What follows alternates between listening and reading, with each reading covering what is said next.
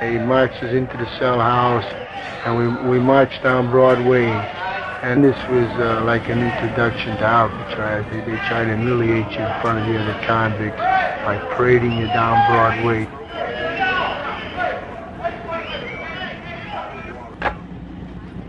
Yeah, my name is Leon Whitey Thompson.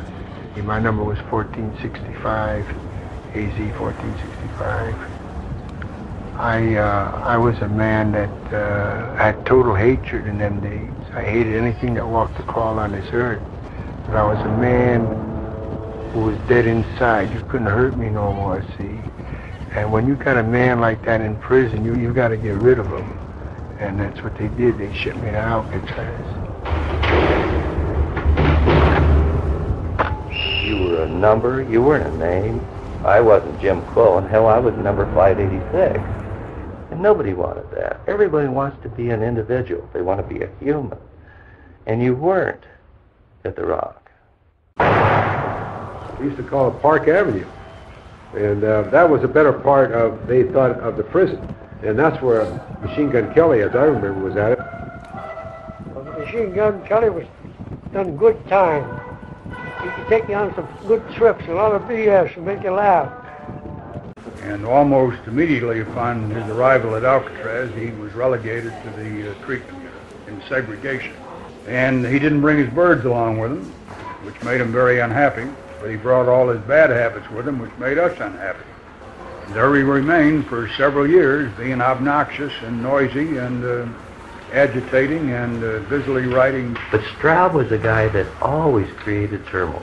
And even when he was in the hospital, he used to create turmoil. Fluent in 3 languages, a mathematical expert. Brilliant man. Suicidal, homicidal maniac. I knew every mark, everything in that cell. And pretty soon that cell became like part of me, or I became a part of the cell. And I couldn't visualize living anywhere else in the prison than in my cell. It was like coming back and greeting an old friend, really, because it was part of me. You couldn't beat Alcatraz for the beautiful view there.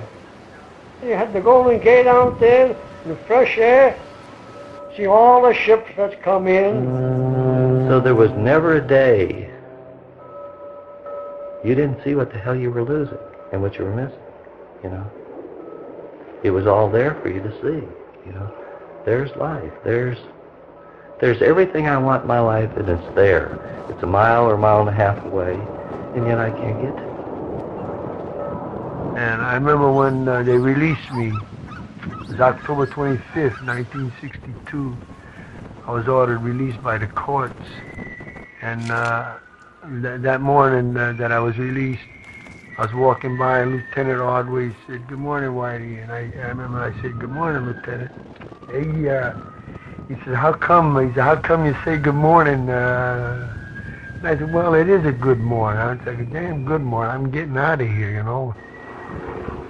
I was locked up 15 years, and during all this time, I never had no visits, no letters, no nothing. And I'm watching the cars whizzing by, and the people walking. Everything was moving too fast, and I didn't know how to move with it. And I remember how envious I was of these people, because they all had a destination. They were all going someplace, and I didn't know where I was going. And I was scared to death.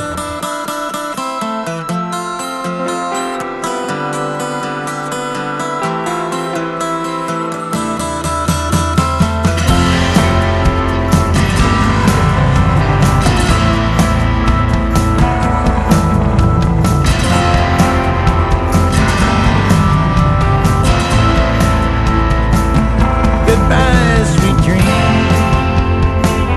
Goodbye, sweet dream. Goodbye, sweet dream.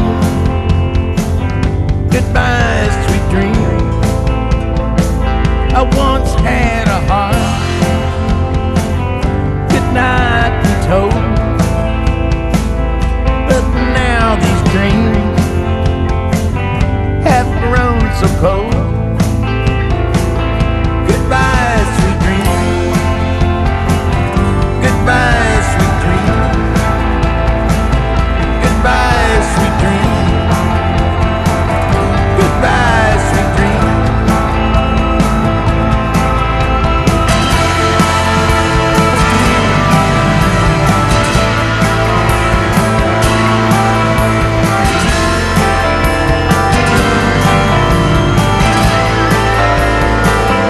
Once I had love, and you never returned. Don't leave me now. My love does not too bright burn. The love inside burns not too bright. 'Tis only cold. Love just keeps started right. Then goodbye, sweet dream.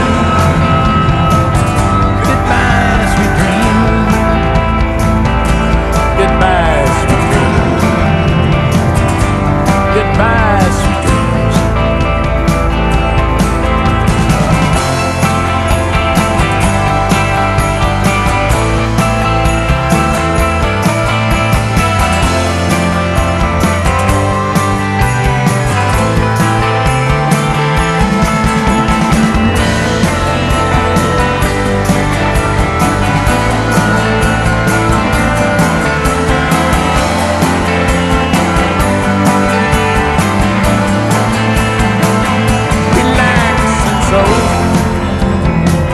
On the dotted lines, at the pentagram the clock strikes 12.